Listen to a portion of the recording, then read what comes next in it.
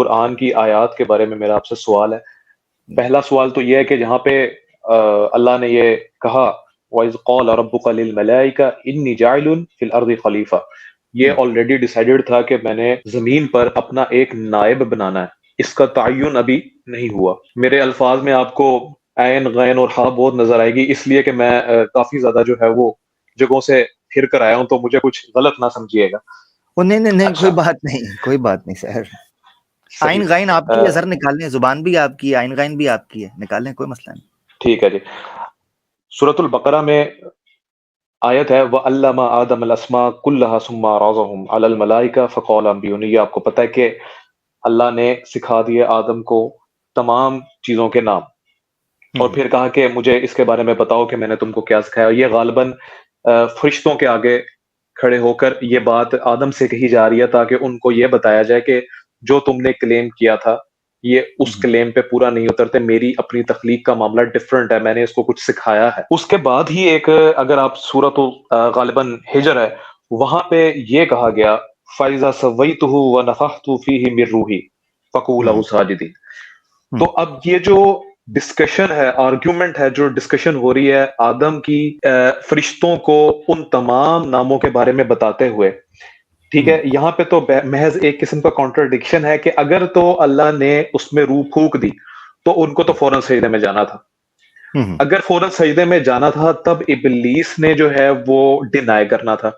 لیکن یہاں پہ ایک چیز مسنگ لنک جو مجھے سامنے فیل ہو رہا ہے وہ یہ ہے کہ وہ ڈسکشن یہاں پہ غائب ہو گئی ہے جہاں پہ آدم نے اپنے جتنے بھی سامنے ان کے جو اینجلز ہیں ان کو انہوں نے سارے نام بتانے. تو اس کو آپ کدھر فٹ کریں گے؟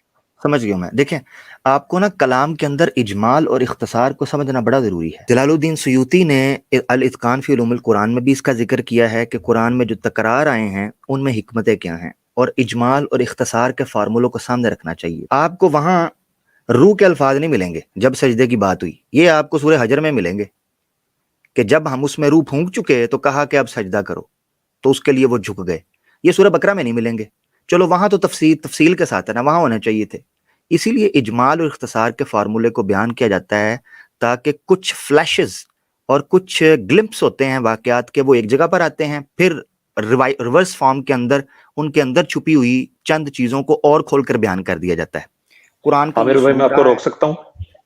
جی بتائیں کیا ہوا. آپ جو یہ بات کر رہے ہیں، دیکھیں جب ہم نے اس چیز کو مسلمانوں نے یہ مان لیا کہ یہ کلام اللہ ہے، یعنی کہ یہ اللہ تعالیٰ کے کلام کی صفت ہے قرآن، تو الفاظ ہو بہو بینی ہی اس کے ہیں. تو دو جگہ پر اگر بات ایک ڈائیلاگ چل رہا ہے اور یہاں پر سویتہ کا بات آ رہا ہے، یعنی کہ اللہ کہہ رہا ہے کہ جب میں کر دوں، اور وہاں پر فرق تو نہیں ہے. آپ جو کہنا چاہ رہے ہیں فرق تو نہیں ہے. مثلا مجھے آپ سمجھ رہے ہیں میں کیا کہہ رہا ہوں؟ میں سمجھ رہا ہوں. میں آپ کو دوسری طرف آپ اس طرح سمجھیں، اجمال اور اختصار جو میں نے آپ کے سامنے رکھا ہے نا، اس کو آپ سامنے رکھیں گے تو آپ کو یہ بات سمجھ آئے گی. آپ پتہ کیا کہہ رہے ہیں؟ آپ کہہ رہے ہیں کہ جی ایک جگہ دوسرے الفاظ ہیں، دوسری جگہ دوسرے الفاظ ہیں. الفاظ کی تبدیلی کا مسئلہ ہی نہیں ہے. الفاظ کی تبدیلی کا مسئلہ نہیں ہے. اجمال اور اختصار کا ایشو ہے جو آپ کو محسوس ہو رہا ہے کہ وہاں پر یہ جملے سکپ ہو گئے ہیں. ٹھیک ہے، ایسی کوئی بات نہیں. اگر آپ اجمال اور اختصار کے فارمولے کو سامنے رکھیں گے، جو کہ قرآن نہیں دنیا کی ہر کتاب کے اندر مختلف جگہ پر جہاں تکرار کے ساتھ چیزیں استعمال کیا جاتا ہے. اچھا، اگر آپ یہ کہیں جی ہم اس کو اللہ کا کلام کہتے ہیں، تو ہو بہو وہی الفاظ وہی چیزیں ہونی چاہیے. بالکل اللہ کا کلام ہے. میں اکثر کہا کرتا ہوں، یہ ہم سے ملحدین کہتے ہیں جی اللہ کا کلام ہے، آپ کہتے ہو پوری کائنات کا کلام ہے، تو اس میں دیکھو کہہ رہا ہے جی میں ناراض ہو جاتا ہوں، یا میں جناب مکر کرتا ہوں، یا میں جناب غصہ کرتا ہوں، یا میں جناب حکم بھیجتا ہوں. تو اتنی بڑی کائنات کا مالک جو ہے وہ اپنے کلام میں ایسی بات کر رہا ہے. تو میں کہا کرتا ہوں کہ جو کلام کرنے والا ہوتا ہے نا، اس کی بلاغت اور فصاحت اور اس کی سمجھ اور اس کے انٹلیکٹ کا معیار یہ ہوتا ہے کہ وہ سننے والوں کے مطابق کلام کرے. اب مثال کے طور پر کوئی پی ایچ ڈی اسکالر آ جائے، اور وہ بھی وہ جناب سائنسدان کوئی ہیوی قسم کا، اب وہ اپنی ٹرمنالوجیز مشکل بولنا چاہیے. میں M B B S doctor آ جائے، کوئی سرجن آ جاتا ہے، وہ اپنی ٹرمنالوجیز بولنا شروع کرتا ہے، پبلک کے دھوئیں نکل جائیں گے، ان کو سمجھ ہی نہیں آئے گی. یہی وجہ ہے کہ ڈاکٹر کی زبان آپ کو سمجھ ہی نہیں آتی جو وہ لکھ کے پرسکرائب کرتا ہے دوائیں. اور اللہ نے کلام جو انسانوں کے ساتھ کیا ہے وہ انسانوں کے لیے کیا تھا نا، کہ اپنے لیے کیا تھا کہ میں جی خالق کائنات ہوں، میں کلام کر رہا ہوں تو میں اپنی مرضی سے کروں گا. قرآن میں جا بجا یہ چیز بیان ہوئی ہے کہ ہم نے قرآن کو وَلَقَدْ يَسَّرْنَا الْقُرْآنَ لِلذِّكْرِ فَهَلْ مِن مُّدَّكِرٍ، ہم نے قرآن کو آسان کر کے نازل کیا ہے، قرآن کو یعنی سہل کہ بنا تاکہ لوگ سمجھیں۔ آپ یہ کہنا چاہ رہے ہیں کہ یہ جو اس وقت قرآن مجید میں جو اتنے بھی الفاظ یا ڈسکشن موجود ہے، ہم اس چیز کو اس پرسپیکٹو سے بھی دے سکتے ہیں، یا پھر یہ پرسپیکٹو نہیں، یہ اوریجنلٹی میں ان اوریجنل بات یہی ہے کہ مے بی ادھر ڈسکشن کچھ اور ہوئی ہو، لیکن نہیں نہیں نہیں اللہ نے نہیں نہیں ہماری آسانی کے لیے اس کو ان الفاظوں کا مجموعہ دے دیا ہو۔ نہیں نہیں نہیں نہیں نہیں ایسے نہیں، دیکھیں میں نے اسی لیے آپ کو کہا ہے کہ آپ فوکس کر رہے ہیں اس پوائنٹ کے اوپر کہ گفتگو بدلی ہے، جبکہ ایسا کچھ بھی نہیں۔ میں کہہ رہا ہوں اجمال اور اختصار، آپ فرق نہیں سمجھ رہے، یہاں سنگھ پھنس جاتے ہیں، سنگھ آپ وہ سمجھ نہیں رہے۔ اجمال اور اختصار میں الفاظ کی تبدیلی مراد نہیں ہوتی، مراد یہ ہوتی ہے کہ بعض واقعے کو آپ ایک جگہ پر مختصر بیان کرتے ہو اور ایک جگہ پر آپ تفصیل کے ساتھ بیان کرتے ہو، اس سے مراد یہ ہوتی ہے کہ کچھ اس کے چھپے ہوئے پہلو جو بظاہر اس تفصیل کے اندر نہیں ہوتے آپ کو دوسری جگہ پر مل جاتے ہیں۔ مثال کے طور پر یہ اعتراض اٹھتا تھا کہ سورہ بقرہ کی ان آیتوں سے کہ اللہ تعالیٰ نے ملائکہ کو کہا کہ سجدہ کرو، وَإِذْ قَالَ لِلْمَلَائِكَةِ اسْجُدُوا لِآدَمَ فَسَجَدُوا إِلَّا إِبْلِيسَ، اللہ نے فرشتوں کو حکم دیا کہ سجدہ کرو، سب نے کیا مگر ابلیس نے انکار کر دیا، ابلیس نے نہ کیا۔ اب کئی لوگ یہ اعتراض کر سکتے تھے کہ بھائی اس جگہ پر تو لکھا ہوا ہے کہ ابلیس جو ہے وہ تو تھا ہی شیطان، جن تھا، جنوں میں سے تھا، حکم تو ملائکہ کو تھا۔ تو سورہ کہف کے اندر اللہ تعالیٰ نے اس چیز کو خود بیان کر دیا ہے کہ وَإِذْ قَالَ رَبُّكَ لِلْمَلَائِكَةِ اسْجُدُوا لِآدَمَ فَسَجَدُوا إِلَّا إِبْلِيسَ كَانَ مِنَ الْجِنِّ فَفَسَقَ عَنْ أَمْرِ رَبِّهِ۔ ایک اور جگہ پر بھی اس کو بیان کر دیا ہے کہ اِذْ أَمَرْتُكَ، ٹھیک ہے، مَا مَنَعَكَ أَن تَسْجُدَ لِآدَمَ إِذْ أَمَرْتُكَ، جب میں نے تجھے حکم دیا تھا تجھے کس چیز نے روک دیا کہ تو آدم کو سجدہ کرتا؟ اس نے اپنی عقلی اور لاجیکل اور ایک ریشنل دلیل پیش کی، مگر اللہ نے کہا جب میں نے حکم دیا تھا تو اس پر عقل ترجیح، وہ بڑی زبردست ایک یہ آیت تھا، یہ واقعہ، تو اسی لیے اس چیز کو بیان کیا گیا۔ تو دو چیزوں میں فرق سمجھیں، ایک ہے الفاظ کا بدلنا، ٹھیک ہے، ایک ہی واقعے ایک ہی سینیریو کے بارے میں، یہ مختلف چیز ہے۔ آپ یہ سمجھ رہے ہیں کہ وہاں واقعات الفاظ اور ہیں، یعنی سینیریو اور ہے، یہاں سینیریو اور ہے۔ میں یہ کہہ رہا ہوں کہ ایک ہی سین ہے جس کے مختلف پہلوؤں کو اجمال اور اختصار کے ساتھ بیان کیا گیا ہے۔ یہ قرآن کی خوش اسلوبی ہے جس کی طرف توجہ کرنے کے لیے ایک بات میں نے وہ بیان کی تھی۔ اگر آپ اردو پڑھتے ہیں تو ایک ہے کتاب ہے قرآن کا اسلوب بیان، PDF میں آپ کو مل جائے گی، سید قطب صاحب کی، ٹھیک ہے، اس کا نام ہے تصویر الفنی فی القرآن، التصویر الفنی للقرآن، قرآن کی تصویر سید قطب فنی۔ شہید کی بات کر رہے ہیں؟ جی جی سید قطب کی، ٹھیک، ظلال القرآن والے، ظلال القرآن بھی پڑھ لیں، جی اس میں بھی بیان کیا ہوا ہے۔ اچھا صحیح ہے۔ یہ آپ کا ایک واقعی جو ہے وہ ایک اچھا پوائنٹ تھا، مجھے سمجھ آ گیا ہے یہ، کیونکہ جہاں پہ ابھی، کیونکہ یہ جو آپ نے آخری اگزامپل دی اس میں اللہ ابلیس والا جو ہے وہاں پر جو ہے وہ حسر کا کلمہ بھی آ جاتا ہے کہ حسر میں اس کو اللہ جو ہے وہ ابلیس کو لے لیتا ہے، اور آگے بالکل اس کا بیان کر استثناء، دیا گیا یہ۔ جی استثناء بالکل، کہتے ہیں۔ نہیں میں یہ کہہ رہا ہوں کہ جب وہ فسجد الملائکۃ والے میں بات آئی تو اس میں جب ملائکہ آ گئے تو اس میں وہ ٹوٹل ایک جنریشن آ گئی، لیکن جو اللہ ہے وہ اس اس نے ابلیس کو استثناء حسر کر میں بھی دیا نا، لے کے آ رہا۔ نہیں نہیں حسر نہیں ہوتا، اس کو کہتے ہیں استثناء۔ اللہ جو اچھا ہوتا ٹھیک ہے ہے، مستثنیٰ منہ یا مستثنیٰ غیر، وہ استثناء کی بحث ہے، اللہ کے بعد جو جملہ آتا ہے۔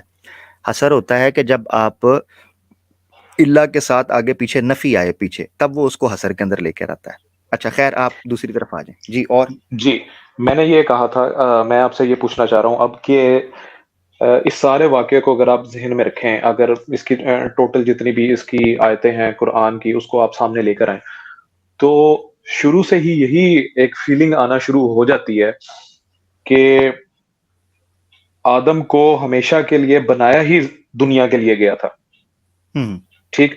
تو ٹھیک، پہلا سوال اس میں یہ آ گیا کہ اس کو جنت میں بھیجنے کا، اور وہاں پر جب ویری گڈ، ویری اللہ کو گڈ۔ پتا ہے، اللہ کو پتا ہے کہ اس نے میرا ڈینائل وہاں پر کر دینا ہے، تو اس کا کیا اس کو بھیجنے کی ایک کیا وہ ضرورت پیش ہے؟ ایک دوسرا یہ کہ ایک کیا ایک لے اللہ لیتے ہیں، تعالیٰ ایک نے، ایک لے لیتے ہیں، ایک ایک لیتے ہیں، سر وہ میرے ذہن ایک سے ایک لے۔ نکل جائے گا، یہ سمپل سا سوال ہے۔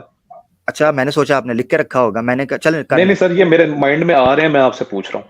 اچھا اچھا جی۔ جی دوسرا بس یہ ہے، وہ سمپل یہ ہے، وہ یہ ہے کہ کیا اس سے شیطان ایک as a necessary evil proof نہیں ہو جاتا جس کی خدا کو ضرورت پڑی جنریٹ کرنے کی؟ جی زبردست، ٹھیک ہے، گڈ گڈ کوشچن۔ جو پہلا والا نا وہ بڑا اچھا ہے۔ اچھا اس چیز کو آپ سمجھ لیں کہ اس میں علماء کے ہاں اختلاف موجود ہے، مفسرین کے ہاں، کہ آیا وہ جنت اس دنیا میں ہی تھی یا باہر تھی. کیونکہ وہ جو آیت آپ نے پڑھی ہے نا، میں بھی جب اس کو پڑھ رہا تھا تو سٹارٹ کے اندر میرا بھی یہ ماننا تھا کہ آدم علیہ السلام کہیں باہر سے آئے ہیں، کیونکہ جی وہ ایڈمز پیک کے نام سے سری لنکا کے ایک علاقے میں پہاڑی بھی بنائی جس پر قدم ہے پتہ نہیں کتنے میٹر کا، پیر لگایا ہوا ہے جی آدم علیہ السلام کا پیر تھا. کیوں جی وہ اوپر سے آئے تھے. اچھا جی، ایک کو انہوں نے پھینکا سری لنکا کے اندر، ایک کو انہوں نے پھینکا جناب یروشلم مڈل ایسٹ کے ایریے کے اندر. وہ پھر ایک جگہ پر جناب ان کا وہ اسرائیلیات میں کہانی بتاتے ہیں جو ایک جگہ پر آ کر اما حوا اور آدم علیہ السلام ملے تھے اور پھر وہاں سے جناب ان کی نسل شروع ہوئی. نہیں، قرآن میں جو آیت آپ نے بیان کی ہے نا، بالکل یہ کیٹاگوریکل قطعی نص قطعی بتاتی ہے کہ ابتدا ہی سے ان کو دنیا میں بھیجا گیا تھا. کیونکہ اللہ تعالیٰ قرآن میں کہتے ہیں کہ جب اللہ تعالیٰ نے فرشتوں سے کہا وَإِذْ قَالَ رَبُّكَ لِلْمَلَائِكَةِ إِنِّي جَاعِلٌ فِي الْأَرْضِ خلیفہ، میں زمین میں خلیفہ بنانے لگا. اچھا، یہ جنت جو ہے یہ زمین کے اندر ہی تھی. اس کے ایک تو یہ کرینہ ہے فی الارض والا، اور دوسرا کرینہ یہ ہے کہ جس جنت کے بارے میں اللہ تعالیٰ نے دوسری تفصیلات بیان کی ہیں اس کے بارے میں قرآن کی آیتیں بھی ملتی ہیں اور حدیثیں بھی ملتی ہیں کہ اللہ کے رسول نے فرمایا صلی اللہ علیہ وسلم نے کہ اس جنت کو، جس جنت میں تم داخل کیے جاؤ گے، اس کو نہ کسی جن نے نہ کسی انسانی آنکھ نے آج تک دیکھا ہی نہیں ہے. تو آدم علیہ السلام کے انسان ہونے پر تو سب متفق ہیں. اگر وہ انسان تھے، اما حوا انسان تھی، تو وہ اگر اسی جنت میں رہے ہیں جس سے ہم نکلے ہوئے ہیں یا جس میں ہم نے جانا ہے، یہ جو مراد لی جاتی ہے کہ وہ باہر والی کوئی جنت ہے، تو وہ تو پھر انسان اس کا مطلب ہے دیکھ چکا ہے. ٹھیک ہے، بلکہ وہ ہی نہیں صرف دیکھ چکا بلکہ روایتوں کے مطابق یا تفسیر کے مطابق شیطان جناب اس میں جا چکا ہے. تو یہ فرق ہے اس میں، کیونکہ وہ کہتے ہیں جی شیطان چلا گیا، سانپ کی شکل میں گیا تھا، بائبل سے لیتے ہیں جی اس نے یہ کیا اور بہکایا اور فلانا، تو وہ ہو ہی ممکن دنیا کے اندر سکتا ہے. اچھا، اب آ جاتا ہے. تو ایک چیز یہ ہے کہ وہ جنت دنیا کے اندر تھی، کو باہر نہیں تھی، ادھر ہی تھی، اسی دنیا کے اندر اس کو بنایا تھا. تو وہ جنت وہاں والی نہیں تھی، یہیں بھیجا گیا. یہیں جنت سے مراد یہ تھی کہ ان کو ایک باغ تھا، اس باغ میں رکھا گیا.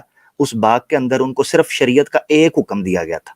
میں پہلے بھی اس چیز کو کہتا ہوتا ہوں کہ جو آدم علیہ السلام اور حوا علیہ السلام کا جو ابتدائی واقعہ ہے وہ ایک ٹیسٹ ڈرائیو تھی. اس لیے میں یہ مانتا ہوں کہ ان سے پہلے بھی انسان تھے، اور میں نے قرآن کی آیتوں سے اس کو واضح کیا ہے. اور اس میں کوئی عقیدے کا مسئلہ بھی نہیں ہے کیونکہ جی آدم علیہ السلام سے پہلے انسان تھے، ہو جی پورا کا پورا سسٹم ہی کرپٹ ہو جائے گا. ایسی کوئی بات نہیں ہے. آدم علیہ السلام سے پہلے بھی انسان ہونا کوئی مسئلہ نہیں ہے. یا تو پھر قرآن کی یا حدیث کی نص قطعی دکھا دیں مستند جس میں یہ بتایا گیا ہو کہ آدم علیہ السلام پہلے انسان تھے، ان سے پہلے انسان کوئی نہیں تھا. ابھی تک تو میں ڈھونڈ رہا ہوں، اگر کوئی مجھے دکھا دے گا تو ویری گڈ، میرے علم میں اضافہ ہوگا. اچھا، تو ایک تو یہ چیز ہو گئی کہ وہ دنیا ہی تھی. دوسری چیز، اب آپ نے کہا کہ شیطان کی نیسیسٹی ضروری نہیں ہو جائے گی، تو ہونے دیں، اس میں کوئی قباحت نہیں ہے. جب اللہ تعالیٰ خود کہہ رہے ہیں کہ ہم نے اس زمین کے اندر دو قسم کے چیزوں کو تمہارے سامنے رکھنا ہے، اما شاکروں ہدیناہ النجدین، اما شاکروں و اما کفورا، ہم اس کے سامنے فالہمہا فجورہا، قرآن میں اللہ تعالیٰ نے مختلف مقامات پر کہا ہے وَنَفْسٍ وَمَا سَوَّاهَا فَأَلْهَمَهَا فُجُورَهَا وَتَقْوَاهَا، اللہ نے نفس کو سیدھا سیدھا کر دیا، ٹھیک کر دیا. فَأَلْهَمَهَا فُجُورَهَا وَتَقْوَاهَا، اس کے سافٹ ویئر کے اندر ایڈ کر دیا، فیڈ کر دیا کہ یہ چیزیں بری ہوں گی اور یہ چیزیں اچھی ہوں گی، اور تمہیں اختیار دے دیا گیا. اب بیسیکلی شیطان کے بھی کریٹ کرنے کی ضرورت پہ جو اعتراض کر رہے ہیں ان کو تو پہلے انسان کی فری ول کے اوپر اعتراض کرنا چاہیے، کیونکہ اللہ نے اختیار ہی کیوں دیا؟ شیطان تو بعد میں ہے نا. مثال کے طور پر شیطان بھی ہو جاتا، مجھے اختیار ہی نہ دیا جاتا تو شیطان کی ضرورت بھی نہیں رہنی تھی. سمجھ رہے ہیں؟ اب فرشتوں کے لیے شیطان ہو یا نہ ہو برابر ہے، کیونکہ لا یعصون اللہ ما امرهم ویفعلون ما یؤمرون، وہ تو اللہ کی نافرمانی کرتے ہی نہیں ہیں اور وہی کام کرتے ہیں جس کا اللہ ان کو حکم دیتا ہے. فرشتوں کے لیے شیطان ہوتا یا نہ ہوتا وہ برابر ہے. مگر جب اللہ تعالیٰ نے فری ول کا اختیار دے دیا تو آٹومیٹکلی ایک امتحان کا ماحول پیدا ہو گیا تھا.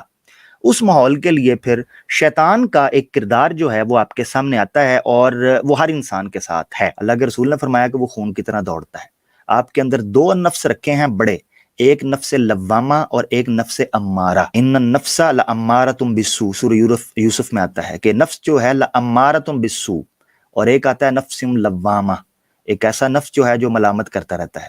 تو یہ دو نفس آپ کو اختیاری دیے ہوئے ہیں جس میں کشمکش چلتی ہے.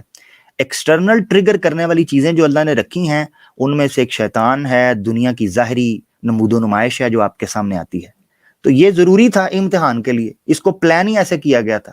اب یہ کہنا جی نیسیسٹی آتی ہے تو اللہ نے شاید کری، ہم مانتے ہیں اس چیز کو کہ اللہ ہی شیطان کا خالق بھی ہے اور اللہ ہی خیر کا خالق بھی ہے. اس نے اختیار دیا ہے تخلیق کرنے کے بعد کہ تم نے کس کو چننا ہے کس کو نہیں. جبر کوئی بھی نہیں ہے. تو ہاں اس نے کریٹ کیا ہے، ہم نہ زرتشتوں کی طرح یہ چیز مانتے ہیں، نہ ہندوؤں کی طرح یہ چیز مانتے ہیں، اور نہ یونانیوں کی طرح یہ چیز مانتے ہیں کہ ہاں دو خدا ہیں، ایک شر کا ہے اور ایک خیر کا ہے. نہیں، اللہ نے ہی شر کو بھی پیدا کیا ہے اور اللہ نے ہی خیر کو بھی پیدا کیا ہے. اس نے اختیار بھی دیا ہے کہ ان دونوں میں سے کس چیز کو، اور اس نے بتا بھی دیا ہے کہ یہ برا رستہ ہے اور یہ ٹھیک رستہ ہے. یہی تو سارا پلان ہے. تو اس لیے یہ اس چیز سے کوئی عیب نہیں آنا چاہیے کہ نیسیسٹی اس کے پلان کا حصہ ہے، تو کوئی عیب نہیں ہے اس میں. یا اگر وہ جی اختیار نہ دیتا تو پھر ہاں ہم کہتے کہ بھئی عیب ہے. ٹھیک ہے. آپ نے 2-3 باتیں اس میں بات کی تو اس میں میرے اچھا ذہن میں ایک 2-3 بتا دوں سکر بھائی، جی جی جی فکر بھائی دوسرے لوگ بھی بیٹھے ہیں، میں آپ کو دوبارہ لیتا ہوں، ایسے کر لیں؟ ٹھیک ہے، کوئی مسئلہ نہیں سر، ان کی زیادہ وہ ہے، وہ واقعی کافی دیر سے ویٹ کر رہے ہیں. نہیں لائن لگی ہے نا، کافی زیادتی ہو جاتی ہے. جی جی جی یا تو جی پھر جی بالکل بالکل ہاں، بالکل بالکل. بہت شکریہ پیارے دوست، آپ کو پھر لے لیتے